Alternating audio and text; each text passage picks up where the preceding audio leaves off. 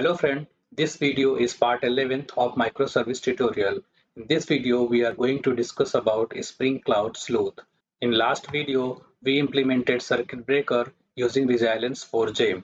Before moving forward, I would like to request you to please like and share this video and subscribe the channel. Your one subscription is a big motivation for me. So here we are going to discuss the distributed logging problem. In microservice architecture, we usually have multiple microservices. Like in our example, we have two microservices student and another microservice is course. And there could be other microservices as well. So sometimes to fulfill one client request, a microservice needs to call another microservice. For example, in our case, to get the student details along with course details, student microservice has to make a HTTP request call to the course microservice. Now, if suppose during such calls there are some issues like exception has occurred, or maybe there are latency issues due to particular service taking more than expected time. So how do we identify where the issue is occurring? Because in microservices, each microservice has its own logging file. So a student microservice is logging all details in its own file and the course microservice is logging in its own file. So to find the exact issue, we will need to go through the logs of each services. But this is not possible in distributed system like microservice architecture. So to resolve this issue, we have a solution like Spring Cloud Sleuth and Zipkin. So whenever we add Spring Cloud Sleuth to any microservice, it adds trace ID and span ID to each log entries. And whenever we pass the request to another microservice, the same trace ID is added to the header of the HTTP request which goes to the another microservice. And the span ID is generated locally. Zipkin is an open source project that provides mechanism for sending, receiving, storing, and visualizing traces. This allows us to correlate activity between servers and get a much clearer picture of exactly what is happening in our services. We will see how to integrate Zipkins and how to visualize the logs generated by the Spring Cloud Sleuth. So whenever we use logger.info or logger.warm or logger.error, this is the format it will print the data. First one is application name. Application name is the same which we add in the property file of any microservice application. Second one is trace ID. Trace ID is assigned to a single request, job or action. Something like each unique user initiated web request will have its own trace ID. So whenever a client makes a request, a unique trace ID is generated for that particular request and same trace ID moves in subsequent requests till the same request is not finished. Third one is span ID. Span ID tracks a unit of work. Think of a request that consists of multiple steps. Each step could have its own span ID and be tracked individually. By default, any application flow will start with same trace ID and span ID. So span ID is generated locally. For example, if in a single request there are 3 subsequent HTTP requests, then 3 span ID will be generated. But there would be only one trace ID for that particular request. So here is the flow how trace ID and span ID is generated by Spring Cloud Sleuth. So whenever a client makes a request to a student microservice, there is no trace ID and no span ID generated.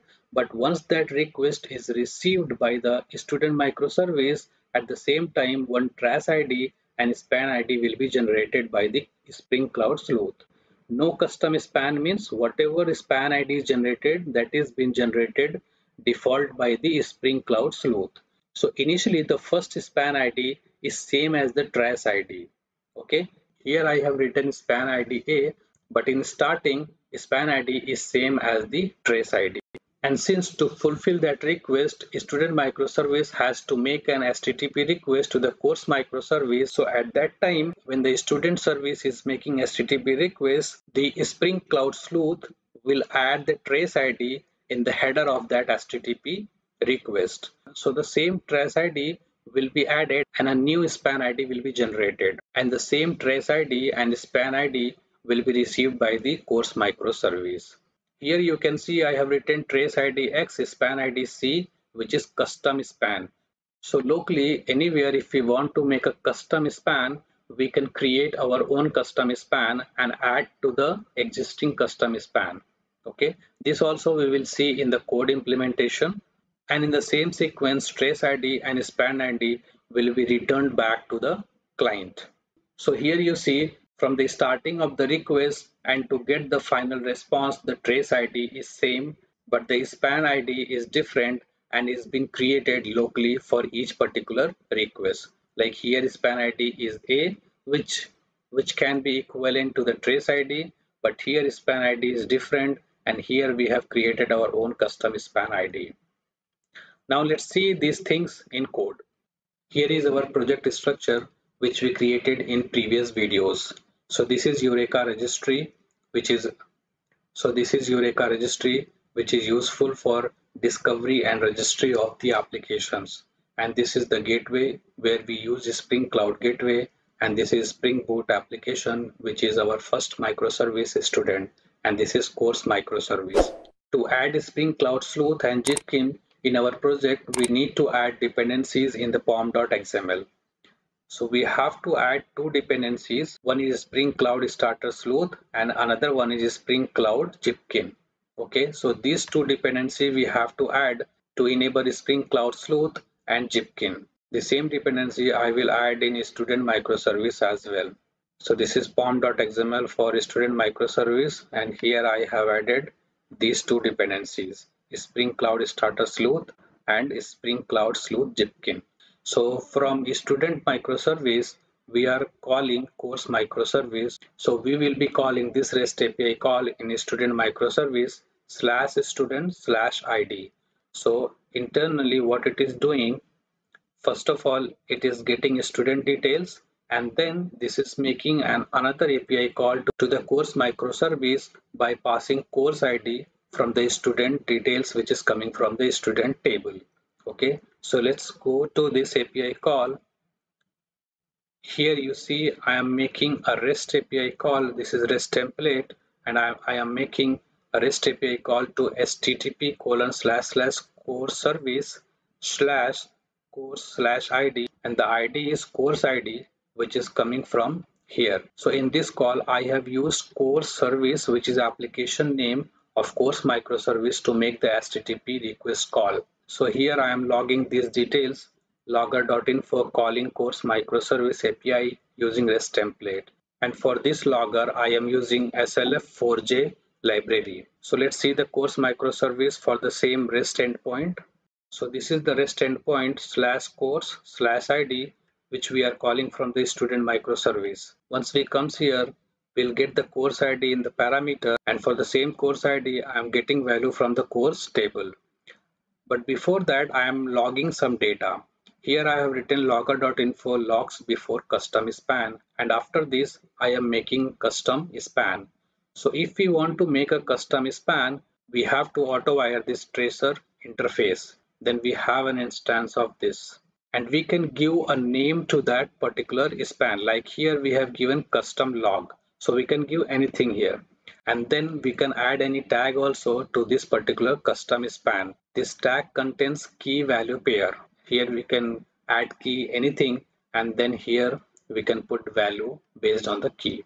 So whenever we create a span, we have to make sure that we are closing that span as well. Here we have started the span, and in finally section we are closing the span.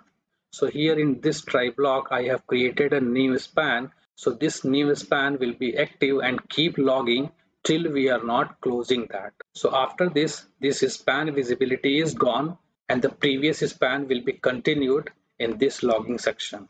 So now let's start our Eureka server, course microservice and student microservice, and then let's see how the logging works. To see the course microservice logs and student microservice logs, I have opened in a separate STS instance. So here is my student microservice, and here is course microservice. So now let me start Eureka server. Now I have started Eureka server. Now I will start student microservice. In the same way, I will start course microservice. Okay, so Eureka server, course and student microservice is running. Now let's go to Postman and call the API. So here I'm going to call this student microservice API, which is running on 8080, and I'm calling for the student ID 3. Let's hit, and here I got the data. Student ID 3, name Sam, this is mobile number, course ID, and this is the course detail which is coming from the course microservice. Now let's see the logs, how it is printing. So here this is the log format. It is saying info, application name, which is student service. This is trace ID and this is span ID. You see in the first log, the span ID and trace ID both are same. Okay. And here it is printing /ID. So this is coming from where? This is coming from this controller. I am printing this value here logger.info/id, and after this logging details I am printing inside this method. Here you see calling course microservice API using REST templates. So here the same thing, I am printing calling course microservice API using REST template. So here you see the same trace ID and span ID is been printed. Now let's go to the course microservice and let's see the logs there. So here is our course microservice. Here is also it is same application name, then trace ID, and this is span ID. You see here the trace ID is same as in the student microservice, but the span ID is different here, and the span ID is created new. Let's see from where these logs are being printed.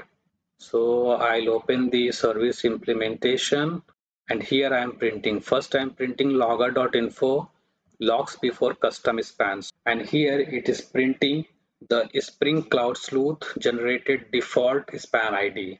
After that we are creating our own custom span which is named as custom log. So that's why this log in custom span is having a different span ID, not the same of this one. We are closing this new span by saying new span.end.